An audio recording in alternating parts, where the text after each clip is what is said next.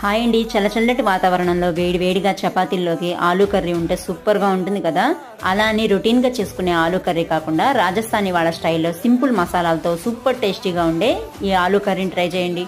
Taste సూపర్గా ఉంటుంది, process కూడా సింపుల్గానే ఉంటుంది. ప్రెషర్ కుక్కర్లో ఆయిల్ హీట్ అయినాక 1/2 టేబుల్ స్పూన్ సోంపుతో పాటు ఒక రెమ్మ కరివేపాకుని, సన్నగా కట్ చేసి పెట్టుకున్న ఉల్లి, పచ్చిమిర్చి, క్యారెట్, బీట్రూట్ ముక్కలతో పాటు నచ్చితే కొన్ని టమాటా ముక్కలు కూడా వేసుకోండి, లేదంటే స్కిప్ చేసేయచ్చు. దీంతో పాటు ఆలు ముక్కల్ని కూడా వేసేసి రుచికి సరిపడా ఉప్పు, చిటికెడు పసుపు, కాస్త జీలకర్ర పొడి, ధనియాల పొడి వేసేసి ఒకసారి బాగా టాస్ చేసేసుకొని 1/2 టీ గ్లాస్ వాటర్ కూడా పోసేసి హై ఫ్లేమ్ మీద 2 విజిల్స్ రానిచ్చారనుకోండి, కూర చక్కగా ఉడికిపోతుంది.